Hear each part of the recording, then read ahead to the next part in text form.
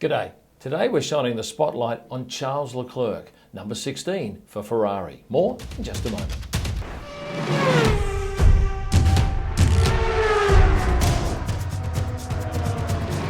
Charles Leclerc, the Ferrari rookie who's making big news in F1 this year. Of course, the French know him as Charles Leclerc, but given that most of you are English speakers as your first language, I'm going to refer to him as Charles. He is from Monaco.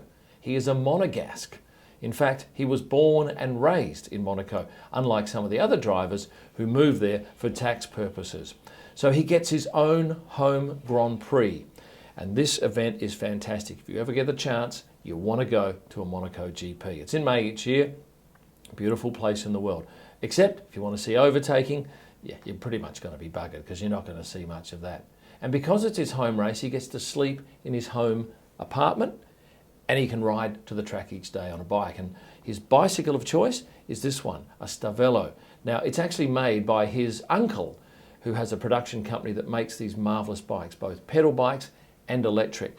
It's called Stavello. They are pretty classy bits of kit, I promise you. And I photographed him a number of times riding this particular bike. The first time I took photos of him was back in 2017 at the Amber Lounge. And my word, doesn't he look snazzy here? He's dressed in a suit. He's one of a handful of drivers to be up on the Amber Lounge stage for the fashion parade. And as you can see here, we've still got Daniel Kvyat. He's still racing in F1. And on the left, you've got Esteban Ocon, who returns to F1 next year in a Renault. I've shot him in Prema racing kit. That was last year in Spa, from memory. A couple of shots of him. And this is with a Driver Academy shirt from Ferrari. The first time I've shot him for Sauber was when he was doing some testing for them in one of the sessions in FP1 in Malaysia, dressed in his Sauber kit. He raced under the number 37, this shot taken in Austin. The first time I shot him in Alfa Romeo gear was in Melbourne last year. All the drivers have to come down in the paddock to this area that's set up with a black backdrop. They all stand in front of it and 60 or so photographers shoot them. And there he is. And if you have a look on his left leg, you'll see he has the CL, Charles Leclerc logo, under the number 16. He was partnered with Marcus Ericsson for the season, did the full season, and often I'd see him with Morgan Caron here, who works under Nicholas Todd, who is Charles' manager. And Nicholas, who you may know, is John Todd's son, and John Todd runs the FIA. So Charles is well connected, there's no doubt about that. This is Charles's mother, Pascale. I've shot her a couple of times in the paddock. She gets along occasionally to watch her son race. Best mates in the paddock, I would suggest it's probably closest to Pierre Gasly, given that they've spent a lot of time in their youth growing up around racing together back in Abu Dhabi last year. I love this shot of the youngsters at the back of the TV interview pen. This was in Spa. Often when you see them come out for the drivers' parade, they find each other and walk out together. He is close to his press officer, Mia Jasic, and Mia was with him in Alfa Romeo and actually moved over to Ferrari. I'll tell you more about that in a second. But roughly around the same age, and a marvellous pair, very professional, know what they're doing. I do like this shot. I shot him last year in front of these signs at the last corner at Monaco. I was very lucky to get 90 or so seconds for a one-on-one shot with Charles last year out the back in the paddock in Singapore. So I quite like these night shots. He's showing off his new helmet and it was a pretty snazzy affair. This is his trainer, Andrea Ferrari, worked with him at Alfa Romeo and has come across with him. This was in Mexico last year. He was getting ready to do a TV interview. And up behind him came Maurizio Arrivabene and Gino Rossato from Ferrari. And both of them grabbed his ear and then gave it a fairly healthy twist while he was setting up to do this interview. And the reaction on his face I absolutely loved. I actually had the best picture of this series printed on 2 pieces of A3 photo paper. And at the next race, I saw Charles and had him sign one. I then took the 2 pictures, one signed, one unsigned, down to Maurizio. I left it with him and I said in a note, could you please sign the one that Charles has signed and give it back to me? And the other one, well, that's for you, that's a free gift. So when I came back, he'd actually given me back the one that was unsigned with his signature on it, saying, I really like the one that Charles signed, so I'm keeping that. Here, you can have that and go and get Charles to sign that one, which I did, and I ended up getting it, and it's displayed in my house at home. This was the last time I photographed Charles in an Alfa Romeo suit, and I love the moodiness of this shot. It's after the race in Abu Dhabi. That's the end of his Alfa career for the time being, and I got him in rather a poignant pose undressing. So the next shot I got of him was in Ferrari outfit.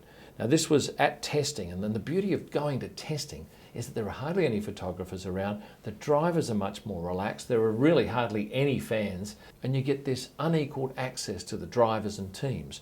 So I was out at turn 1 and I saw Charles sitting on the fence with his manager who's just out of shot. He looked at me. I took this photo with a very soft focus f2 lens. It's the first time that I put up a picture on Instagram, on my Instagram channel, of him in a Ferrari shirt. It went crazy.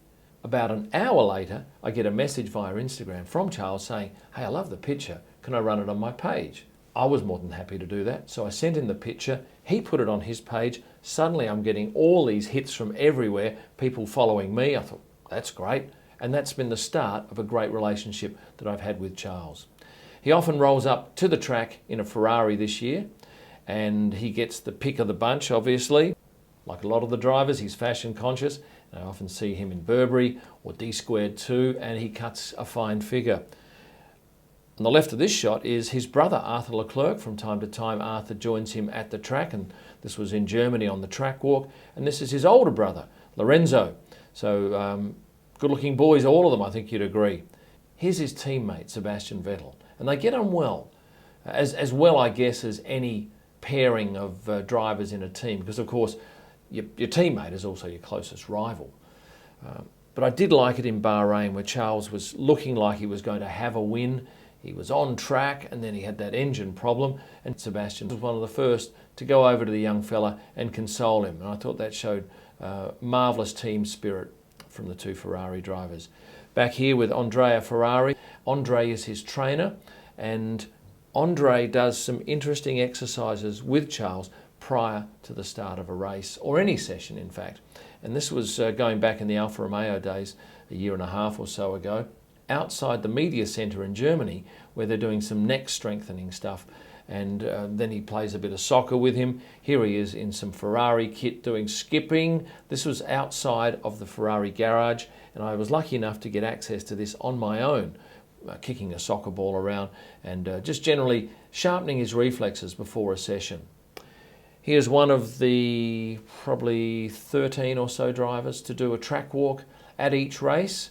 Here he is in Germany with the Ferris wheel behind him, and he'll sit at the back of the garage, much like Sebastian does, for some time prior to a session, just taking in the goings-on.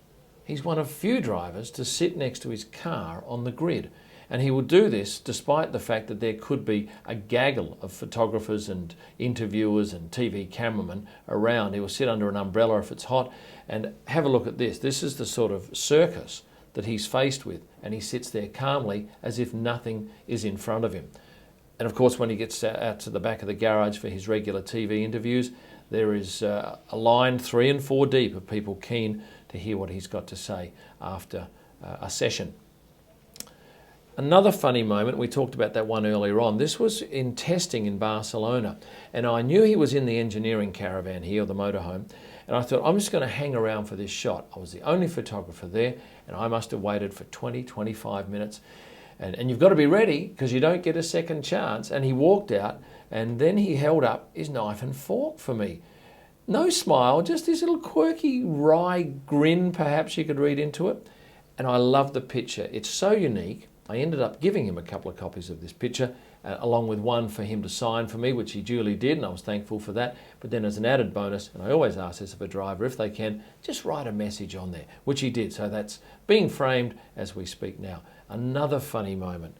In the paddock, Mattia Binotto comes up, tickles Charles, and I get a rare smile. He is very professional in the paddock. He often has his head down, straight ahead, knows what he's doing, and you don't often get any sort of real laugh at him. I've been there for his highs when he won his first race in Spa, that moment there, and afterwards out the back in the paddock. I was lucky to be right next to him when he and Mattia Binotto caught up with each other. I got this lovely raw emotion shot.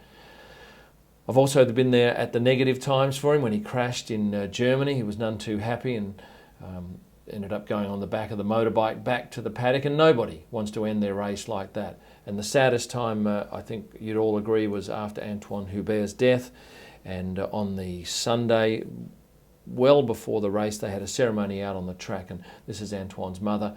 And Charles was a good friend of his, and there was this lovely moment where he was given a hug by Antoine's mother. And we were back probably 5 or 6 metres away using a longer lens, and it was really quite touching, and there wouldn't have been anyone around us who did not have a tear in their eye.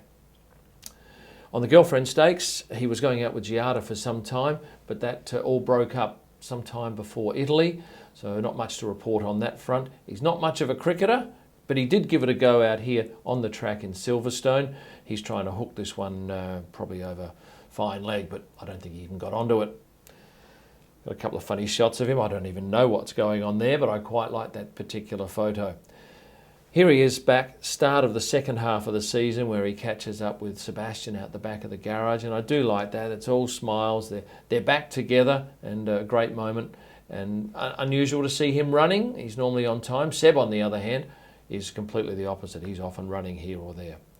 So that's a little bit about Charles, and I'll finish this off with 9 or so pictures of him in the car that I quite love, in Monaco, coming out of the tunnel. Austria with all that greenery around. The trick here is obviously not to show any of the fencing, which you can see a little bit on the left, but there's not too much visible. Once again, a shot in Austria with all Max's fans behind him. Getting a bit sideways in the slippery conditions at Hockenheim this year. Spa coming out of the chicane from low angle looking through the Armco. Singapore with a star filter on to give it that marvellous effect.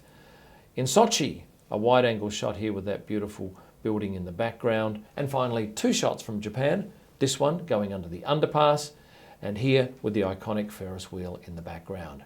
So hopefully you've learned a little bit about Charles Leclerc there. He is the bright talent in Formula One, and I think he's on his way to a world championship. And I enjoy shooting the young fella. Remember to like and subscribe so you don't miss out on any future videos. Always keen to hear your comments below. For pictures, head to prostarpics.com. For my blogs and podcasts, you'll find them at kimelman.com, and pics live from the track on Instagram at Kim Elman. Thanks for watching, and stay passionate.